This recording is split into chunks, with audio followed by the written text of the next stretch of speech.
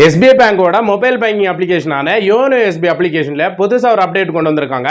So என்ன update அப்படின்னு பார்த்தீங்கன்னா ஆதார் UPI அப்படிங்கிற ஆப்ஷன் வந்து இன்க்ளூட் பண்ணியிருக்காங்க.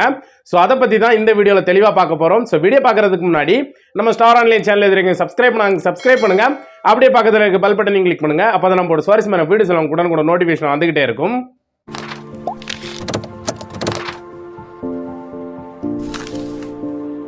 யோனோ SBI அப்ளிகேஷனில் UPI ஐடி கிரியேட் பண்ணி நம்ம UPI பேமெண்ட் எல்லாம் வந்து பண்ணுற மாதிரி வந்து ஆல்ரெடி ஆப்ஷன் இருந்துச்சு.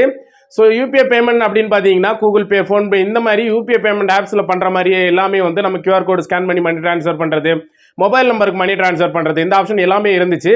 ஸோ ரீசெண்டாக பார்த்தீங்கன்னா இந்த கூகுள் பே, ஃபோன்பே இந்த மாதிரி ஆப்பில் எல்லாமே வந்து ஏடிஎம் கார்டு இல்லாமலே நம்மளோட அக்கௌண்ட்டுக்கு வந்து UPI பின் வந்து கிரியேட் பண்ணுற மாதிரி ஆப்ஷன் வந்து ஆதார் UPI அப்படிங்கிற ஆப்ஷன் வந்து அதில் எல்லாத்துலேயும் கொண்டு வந்தாங்க. ஸோ அதே மாதிரியே நமக்கு யோனோ SBI அப்ளிகேஷன்லையும் ஆதார் UPI அப்படிங்கிற ஆப்ஷன் வந்து கொண்டு வந்திருக்காங்க.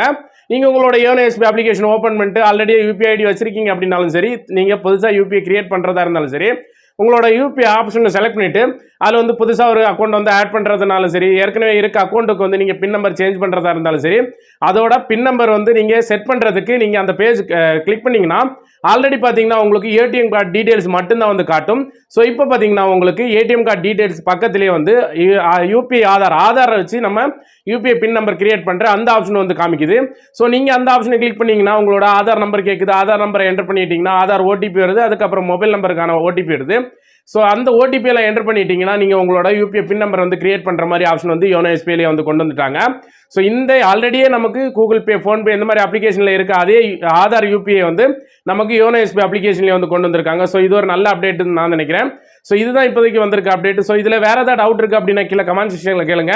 இந்த வீடியோ பற்றி நீங்கள் என்ன நினைக்கிறீங்க அப்படிங்கிறது கீழே கமெண்ட் செக்ஷனில் சொல்லுங்கள். இந்த வீடியோ பிடிச்சிருந்தா லைக் பண்ணுங்கள், ஷேர் பண்ணி கமெண்ட் பண்ணுங்கள். மறக்காம நம்ம ஸ்டார் ஆன்லைன் சேனலை சப்ஸ்கிரைப் பண்ணுங்கள். மீண்டும் இந்த மாதிரி ஒரு நல்ல இன்ஃபர்மேஷனோட நான் உங்களை சந்திக்கிறேன். அது வரைக்கும் உங்களுக்கு விடைபெறுவது உங்கள் ரெமோ. தேங்க்யூ.